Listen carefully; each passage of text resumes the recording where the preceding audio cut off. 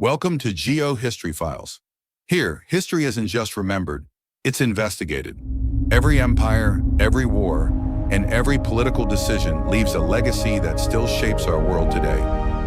If you're new here, subscribe and tell us where you're watching from.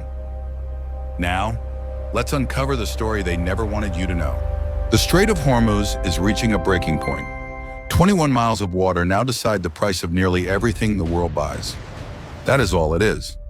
A narrow gap between two coastlines, so slim that a ship crossing it can see land on both sides at once.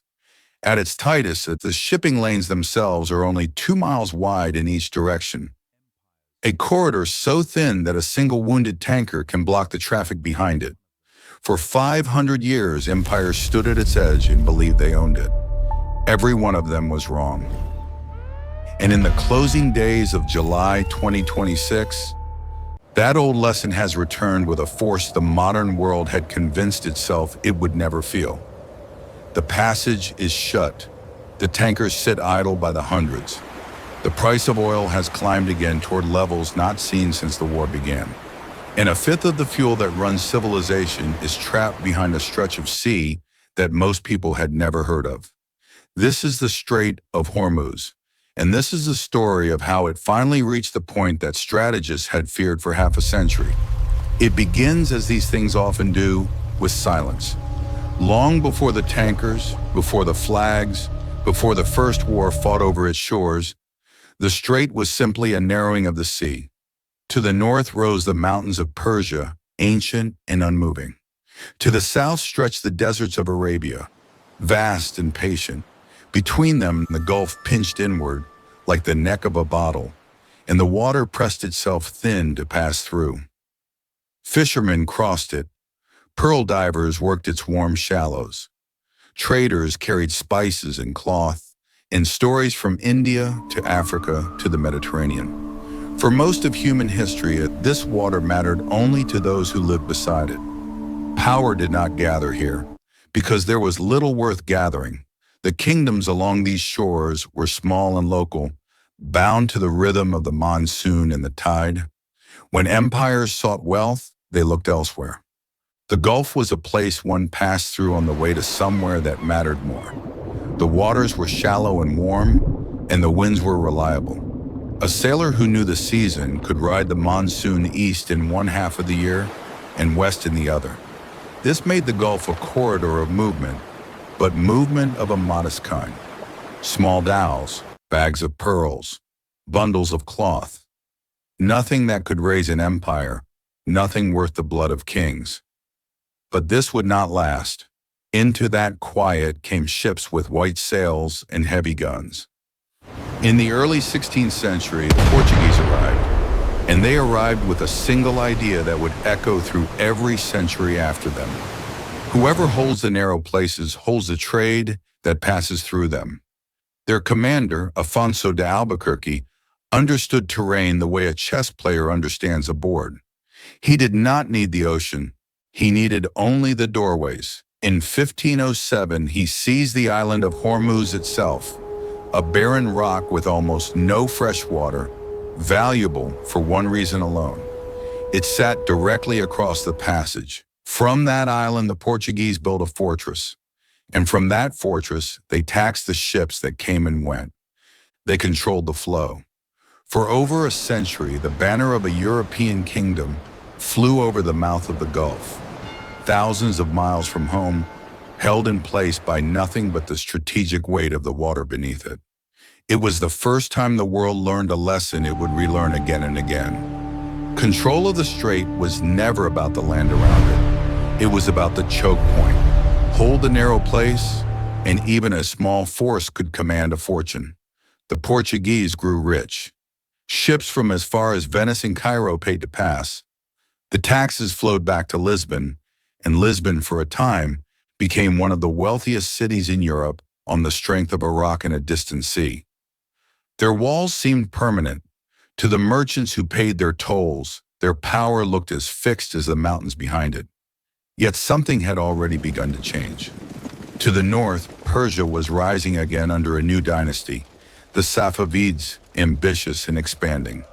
To the west, other Europeans, the English and the Dutch, were sailing into the same waters, hungry for the same trade. The Portuguese monopoly, which had once seemed absolute, was suddenly surrounded by rivals on every side. In 1622, a Persian army, carried and armed by English ships, laid siege to the island. The fortress that had seemed eternal fell in a matter of weeks. The banner came down, and the lesson turned darker. Control of the strait could be taken. It could always be taken. No wall was ever thick enough to change the fact that the passage belonged, in the end, to whoever was strong enough to reach for it at the right moment. The centuries that followed were a slow rotation of hands upon the same rock. Persians pressed from the north. Arab seafarers and tribal confederations contested the southern shore. The Dutch came and traded and left. Oman rose as a sea power and built an empire of its own down the coast of Africa. No single ruler held the water for long. Each rose, each taxed the trade, each believed the passage was theirs, and each in turn gave way to the next. And then came the power that would hold the Gulf longer than any before it, not through a single fortress, but through patience. The British did not conquer these waters the way the Portuguese had tried to. They did something quieter and more durable. Through the 19th century, they signed agreement after agreement with the small sheikdoms along the Arabian coast. They offered protection. They suppressed piracy so thoroughly that the stretch of coast once called the Pirate Coast was renamed the Trucial Coast, after the truces the British imposed. They guaranteed local rulers their thrones in exchange for control of their dealings with the outside world. Slowly, the entire southern shore became a British sphere, a chain of protected states along the very edge of the strait. For more than 100 years, British power over these waters was so complete that it barely needed to be spoken of. The Royal Navy patrolled, the treaties held. In the language of the empire, the Gulf was a British lake. And through all of it, the reason for the effort stayed modest. This was still a secondary theater. It guarded the sea road to India, the true prize. The Gulf mattered because of what lay beyond it, not because of what lay within it. But beneath the sand and the seabed, something was waiting that would change the meaning of this water forever. In 1908, in the mountains of southwestern Persia, after years of failure and near bankruptcy, a team of prospectors struck oil. It was the first major oil discovery in the Middle East. At the time, few understood what it meant. Oil was a curiosity, useful for lamps. But the world was shifting beneath everyone's feet. Navies were converting from coal to oil. Engines were replacing horses. The century to come would run on a fuel that this region held in almost unimaginable quantity. The timing was extraordinary. Within a few years, the British Navy itself decided to switch its warships from coal to oil. And much of that oil would come from Persia. A strategic waterway that had guarded the road to India was quietly becoming something else entirely. It was becoming the source of the fuel that empires would fight over. Discovery followed discovery, Persia, Iraq, and then in the decades after, the immense fields of Arabia and Kuwait, reserves so vast they defied belief. Beneath these deserts lay a share of the world's oil so large that no other region could match it. The backwater had become the heart of the industrial world, and every drop of it, to reach the markets that craved it, had to pass through the same narrow gate it always had. The geography had never changed. Only its meaning had. What was once a passage for pearls was now the artery of modern civilization. And an artery by its nature is fragile. A single wound can bring down the whole body. The empires understood this now with a clarity they had never possessed before. But the empires themselves were ending. After the Second World War, exhausted and bankrupt, Britain began to withdraw. In 1971, the Royal Navy sailed away from the Gulf for the last time as a ruling power, and the protected sheikdoms it left behind became new nations overnight. The United Arab Emirates was born. Qatar, Bahrain, and Kuwait took their places among sovereign states. The old order dissolved, and into the space it left, a new question rose, sharper than any before. If the empire that had kept the strait open for a century was gone, who would keep it open now?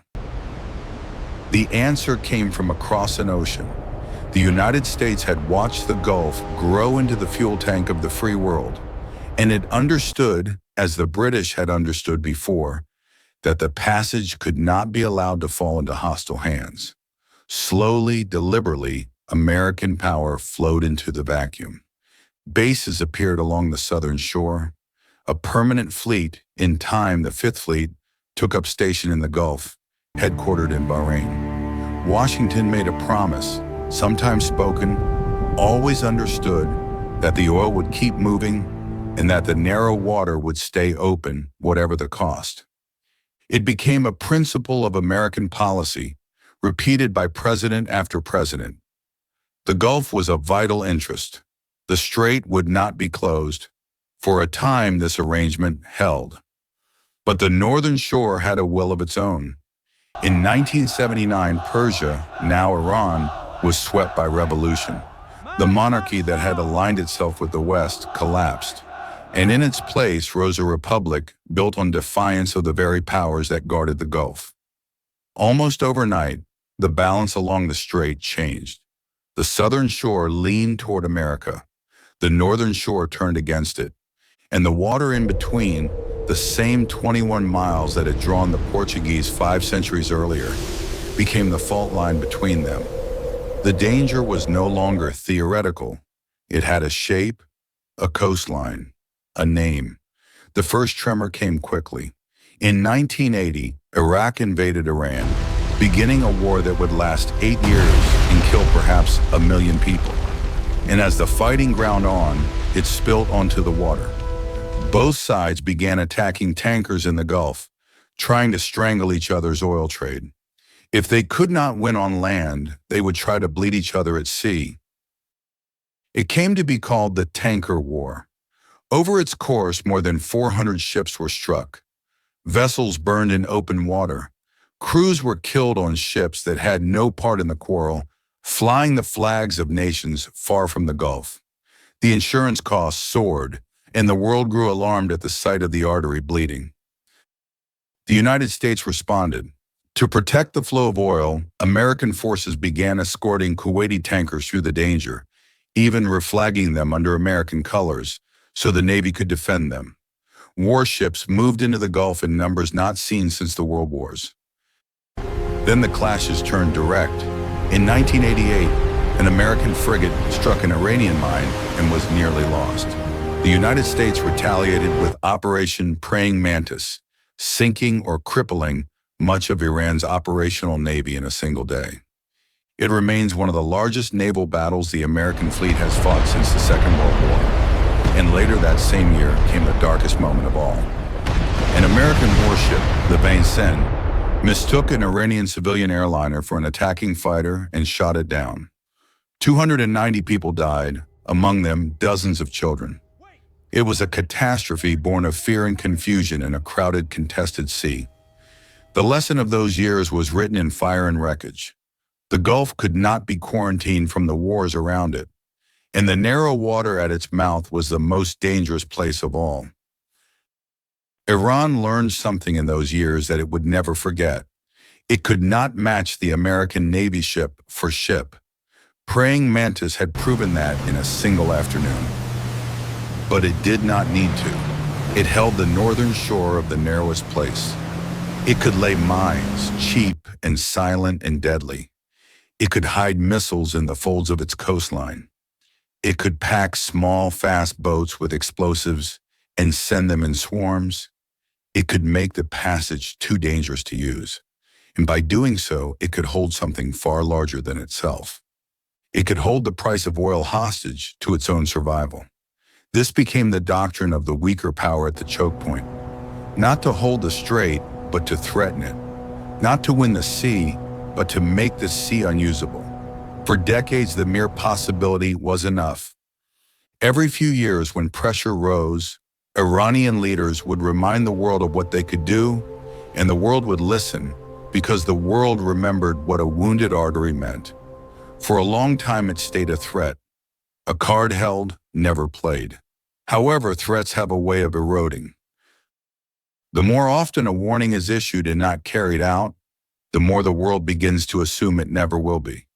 Insurance rates rose and fell, diplomats came and went, tankers kept crossing, 20 million barrels a day, as though the danger were a permanent feature of the landscape, no more urgent than the weather. A generation grew up hearing that the Strait of Hormuz might close one day, and never quite believing that the day would come. There were reminders. In 2019, after the United States tightened sanctions meant to drive Iran's oil exports to zero, the strait flared again. Mysterious explosions crippled tankers off the coast of Oman. A British-flagged vessel was seized by Iranian forces. Drones were shot down, oil prices jumped, and for a moment the old fear returned. Iran's message then was simple and consistent. If it could not export its oil through the strait, no one would export theirs either. If the water was to be closed to Iran, it could be closed to all. But the crisis of 2019 passed without war.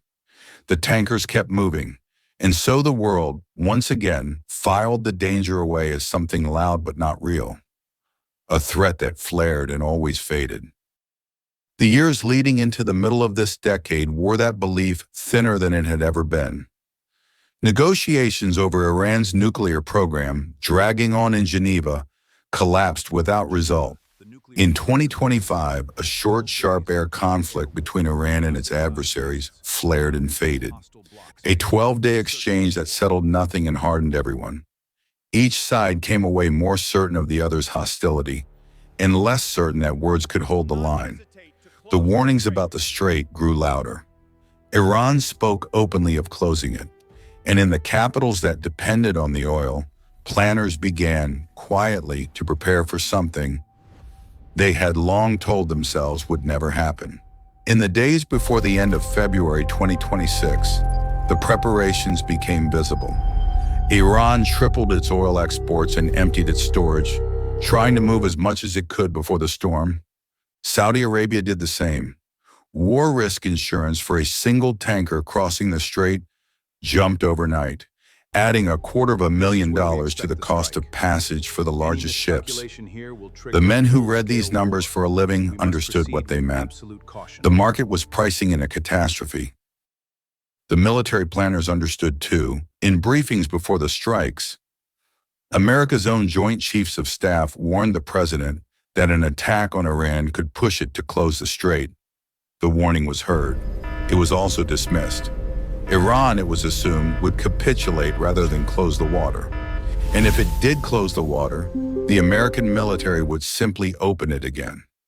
It was the oldest assumption in the history of this place, that the narrow water could be held by whoever was strong enough to reach for it.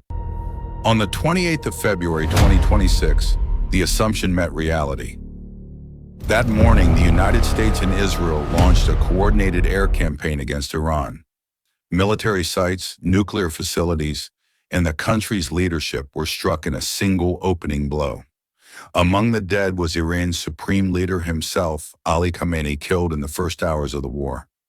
It was a decapitation strike of a scale rarely attempted, meant to shatter the Iranian state before it could respond. It did not shatter it. It enraged it. Iran answered with everything it had. Missiles and drones rained on Israeli cities and on American bases across the Gulf, in the Emirates, in Qatar, in Bahrain. The war spread to Lebanon within days, and then, on the 4th of March 2026, Iran did the thing the world had spent 40 years assuming it would never actually do. It closed the Strait of Hormuz, not with a treaty, not with a fortress, with mines dropped into the shipping lanes, with fast boats and coastal missiles, and with a simple declaration that any vessel attempting to pass would be attacked. The card that had been held for decades was finally on the table. The response on the water was immediate and total. Within days, tanker traffic through the strait fell by 70%. Then it fell further. Over 150 ships dropped anchor outside the passage, waiting, unwilling to enter. The strikes on those that tried came fast. A Palo-flagged tanker was hit on the 1st of March and abandoned, its captain among the dead. A Marshall Islands tanker went the same way the same day. Within 2 weeks, dozens of vessels had been struck, set ablaze, run aground, or simply left drifting and empty. A tugboat was sunk with its entire crew. Seafarers died on ships flying the flags of a dozen nations that had nothing to do with the war. Then the traffic dropped to almost nothing at all. By the 21st of April, 2026, the International Maritime Organization reported that roughly 20,000 sailors and 2,000 ships were trapped inside the Persian Gulf, unable to leave. The very geography that made the Gulf a treasure now made it a cage. There was only one way out, and it was sealed. The artery had not been wounded. It had been clamped shut, and the body of the world economy began immediately to feel it. The price of oil rose faster than in any conflict in modern memory. On the 8th of March, 2026, Brent crude passed $100 a barrel for the first time in 4 years.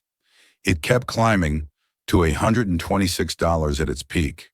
It was, by the measure of the energy analysts who track such things, the single largest disruption to the world's oil supply in the entire history of the oil market, 3 times larger than the Arab embargo of 1973, larger than anything the industrial age had ever endured, and it did not stop at oil. A fifth of the world's liquefied natural gas passed through those same 21 miles. Europe drew more than 1/10 of its gas from Qatar through the strait. Up to 1/3 of the world's traded fertilizer crossed there, along with aluminium and helium and countless other goods that no one thinks about until they vanish. The chokepoint had never been only about oil. It had been about the quiet machinery of modern life, and now that machinery was seizing. Ships that could reroute did, sailing the long way around the southern tip of Africa, adding weeks and fortunes to every voyage.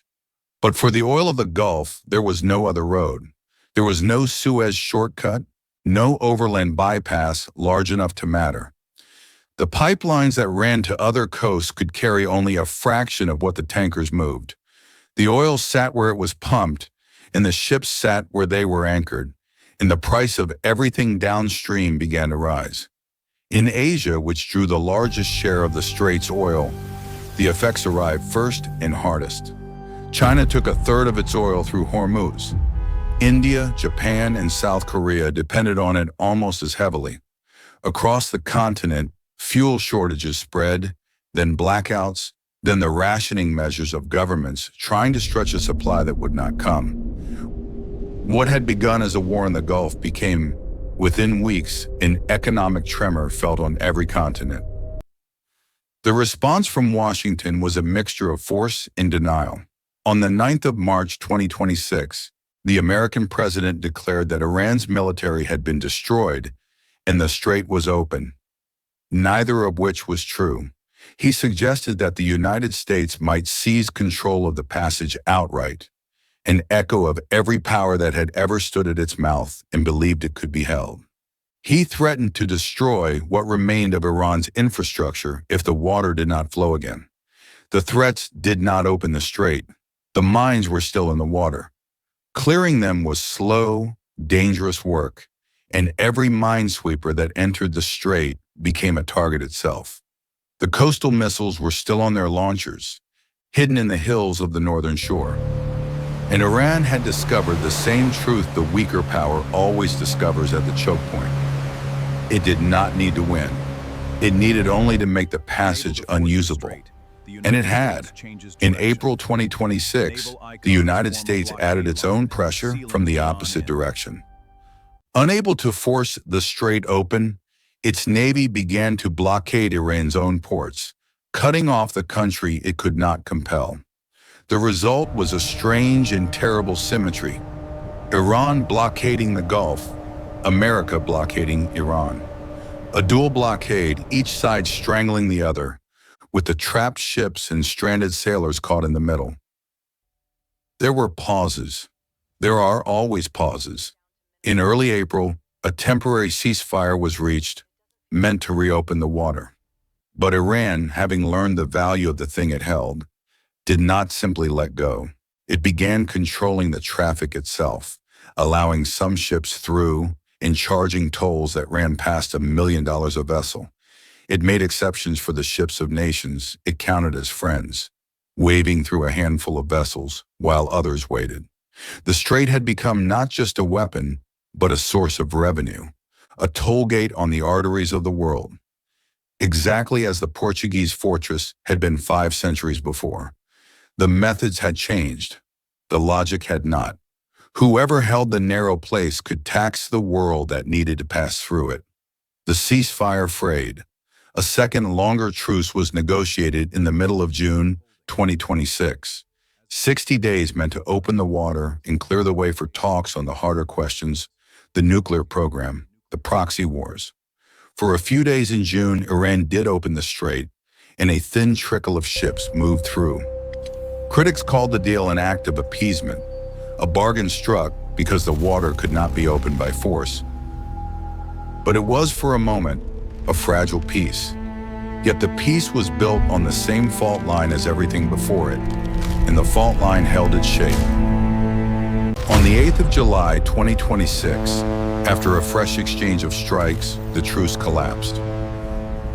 Oil, which had drifted back toward pre-war levels, surged again within hours. Brent crude climbing past $76 in a single day. Within days, Iran declared the strait closed once more, warning that it would remain shut until, in the words of its Revolutionary Guard, the end of American interference in the region.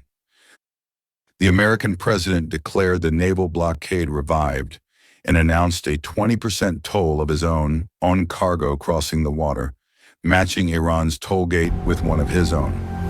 2 powers on 2 shores, now each demanding payment for the same 21 miles. And Iran, for its part, threatened to levy its own fees on every ship that passed its coast. The strikes escalated. On the 11th of July, Iran struck American facilities across the Gulf and hit an unauthorized vessel in the strait. In the days that followed, the United States said it had struck around 140 targets inside Iran. Oil leapt 9%, past $83 a barrel, then higher still. On the 16th of July, American forces disabled an empty Iranian tanker in the strait with missiles and struck the Iranian ports of Bandar Abbas and Qeshm that sit along its edge. Iran, in turn, reaffirmed what it now called a red line, vowing to resist to the end. By the 17th of July, the passage had all but died. Shipping data showed just 3 commodity vessels crossing the entire Strait of Hormuz in a single day, where 20 million barrels of oil had once moved without a second thought. That is where the matter stands as this is told. In the final days of July 2026, the strait is closed or half closed, or open only to those who pay. The war has no clear end. The United States demands that Iran publicly declare the water open and halt its attacks on shipping. Iran refuses. The ships wait. The mines remain. And the 2 toll gates, one on each shore, stand facing each other across a water that neither can truly command. And the experts who study these things offer a sobering verdict. Even if the shooting stopped today, even if the water opened fully tomorrow, it would be months, perhaps years, before the traffic returned to what it once was. The insurance, the diverted routes, the shattered confidence of every shipping company that watched its vessels burn, none of that repairs itself quickly. The strait may reopen, the trust will not. And Iran, having seen what it can do, is in no hurry to let go. It has learned that it can hold the entire world hostage through a stretch of water 21 miles wide. That is a lesson no threat can unteach. There is a pattern in all of this. 21 miles, a fifth of the world's oil, a seam between 2 coasts that fishermen once crossed without a thought. The empires came and went, each believing it had mastered this place. The water outlasted them all. And now, in the final days of July 2026, it is teaching the lesson again to a world that had convinced itself the day would never come. The mountains to the north are still there. The desert to the south is still there. And the narrow water still runs between them, indifferent, unowned, waiting. It has reached its breaking point before. It was always going to reach it again. That is the nature of a passage that everything depends on and no one has ever truly held.